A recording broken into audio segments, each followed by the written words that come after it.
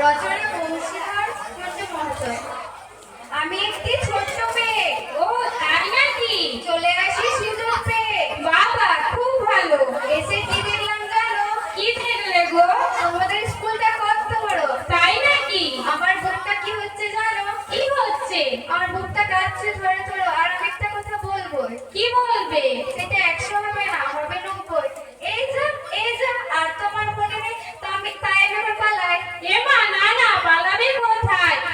ভুলের করিস অধিকার। এবার বল নমস্কার। নমস্কার।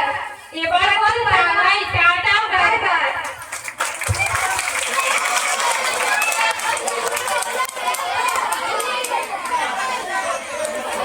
খুব সুন্দর একটি রচনা আমাদের আমি একটি ছোট্ট মেয়ে আমাদের সামনে পরিবেশন করে শোনালো আমাদের বিদ্যালয়ের দুই ছাত্রী।